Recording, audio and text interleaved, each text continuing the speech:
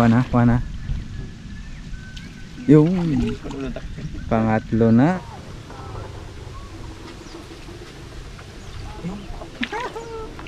Huli guys! What's up guys? Welcome po sa Dilocano Hunter page. Ngayong araw nga guys ay mangunguha tayo ng birot, kiwet. Ito pala ay pamain namin sa malalaking talakitok. So ang mangyayari ngayon ay hindi tayo magka-catch and cook. Maghahanap lang tayo ng mga pamain. Dito nga guys ay hinahanda na ni Kantar Kulot yung gagamitin natin na pamingwit sa mga birot. Ang birot mo mga kantar ay isang klase ng isda na maliliit na nakatago sa mga bato. Tapos yung kiwet ay isang uri ng maliliit na igat. Ito pala yung pamain namin, linta. Dito guys ay may papasilip akong nakuha namin nung nakaraan. Ito po yung nakuha namin guys. 13 kilos. Mapapansin nyo guys, nakasabit pa yung kiwet dyan sa bunganga niya. Pwede pa yan gamitin pamingwit guys. Pwede pa yan maging pain natin. Hindi pa yan sira mga kanter. Minsan nga po ay nakakuha kami ng 20 kilos, 31 kilos, 17 kilos, 16 kilos. Napakalaki talaga ng mga talakitok dito sa amin mga kanter. At kung gusto nyo makakuha ng mga ganito mga kanter, mga pamingwit ay maghanap kayo ng mga kiwet na gagamitin pamain or birot. Napakabisa po nito, walang mintes. At dito nga mga kanter ay numpisa na ni Kantar Kulot na mamingwit. Siya na yung naunang tumira. At ayan, nakakuha na siya ng isa. Kung mapapansin nyo guys, napakalinaw ng tubig dito sa amin. Ang sarap maligo dito. Tapos ang ganda pa ng view. Hanging bridge pala yung nasa taas namin guys. Kung nakita nyo yung anino doon. Dito nga mga kanter, nagsabay na kaming kumuha ni Kantar Kulot dito. Para mas mabilis. Para makarami kami at hindi kami maubusan ng pain na gagamitin pamingwit sa mga talakito. Habang namimingwit nga kami mga kanter ay nakakita kami ng ulang dito sa may bato. Kaya ayan, dinadakma namin ni Kantar Kulot at tumakbo pa. Pero nakuha ko yun mga kanter. Marami din pala mga ulang dito mga kanter, kasi dito rin kami nangingilaw ng mga sugpo,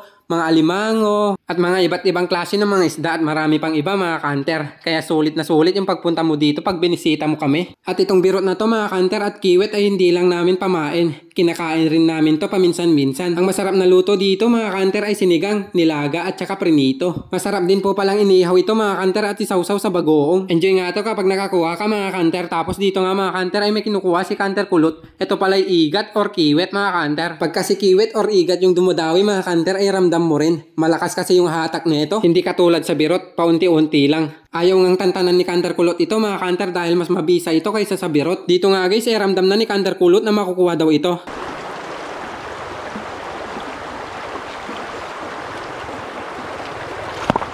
Igat! Igat! Yang ganyang size pala yung pinakamabisang panghuli or pain natin sa mga talakitok mga kanter. Ayun, pwede na tayong mag-stop dito mga kanter. Pwede na tayong mamingwit bukas. At ayan guys, kung nagustuhan mo yung video natin ngayon, papalo naman kami sa aming Facebook page. Maraming salamat po. Pa-share ng ating video guys. Maraming salamat po. Bye bye and God bless always. See you next vlog.